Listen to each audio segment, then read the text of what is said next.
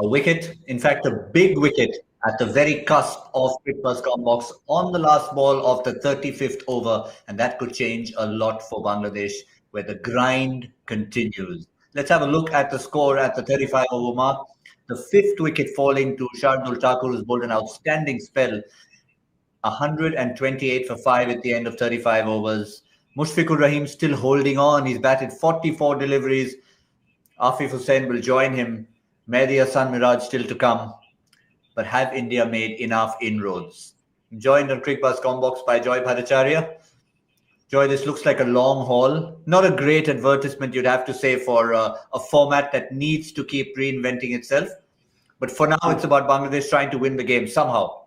Absolutely. And I think the match is now nicely set up because, 5 wickets, you would have said before that last wicket fell, it was 70-30 Bangladesh.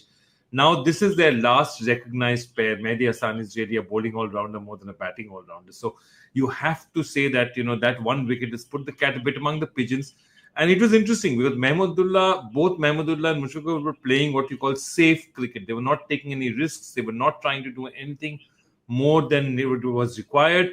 And you've seen that the Indian bowlers had put the vice on them. I mean, there was a wide 4. But otherwise, if you see the rest of the world, there was a by 4.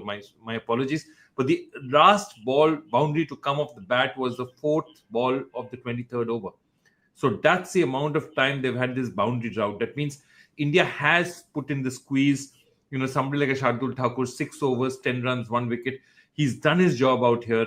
It's interesting now because one more wicket and really the cat would be among the pigeons.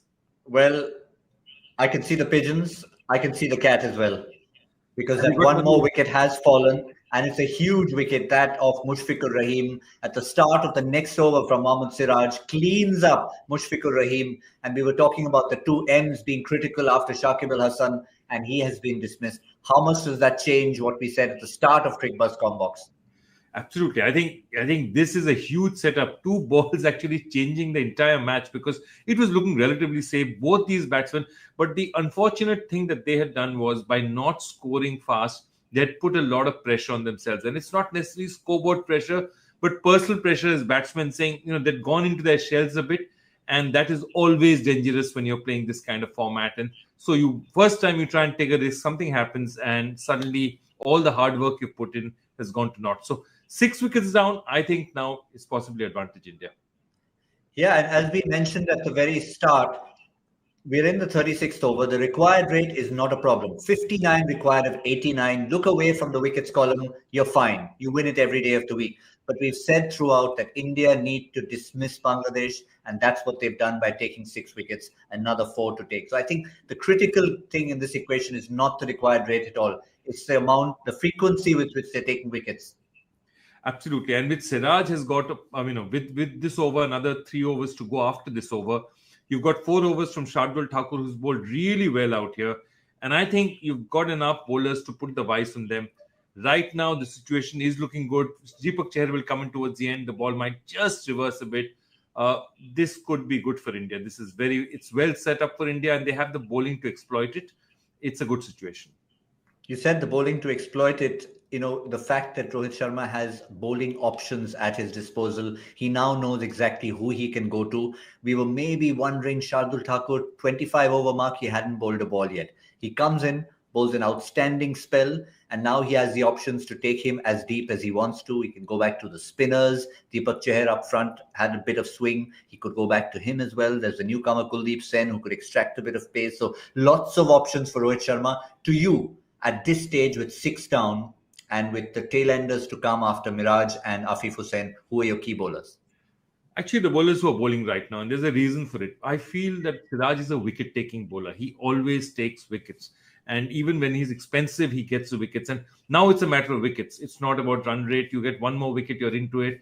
And I mean, the way Shardul has bowled, he's bowled so beautifully in keeping the pressure on those players. I wouldn't want to remove him. I'd say there's 7 overs more between them after this over. Let them bowl them out, see what happens. 7 overs more with the 42nd over, the match is either gone this way or that. If we haven't taken a wicket and they've scored 30-40 runs, the match is out of our hands.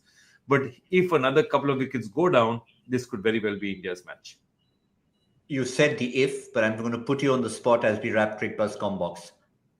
2 more wickets haven't gone down, 6 wickets down. All the stalwarts are gone. What's your percentage at this stage, India versus Bangladesh? I'd say at this point I'm looking 60, maybe 55-45 India, 60-40 India, I'd say. Fair enough. I think 60-40 would be a good enough assessment. 60-40 India probably would have been 50-50 or below that before the Mushfiqur Rahim wicket. It's a huge wicket. And if Bangladesh bat till anywhere close to the 50th over, they're going to win this match. So like India, Bangladesh will know that they cannot afford not to bat till then. And India will know they need to wrap it up soon. We'll see you at the end of the innings. But I can tell you, the end of the innings is not likely to be at the 50th over unless Bangladesh get over the line.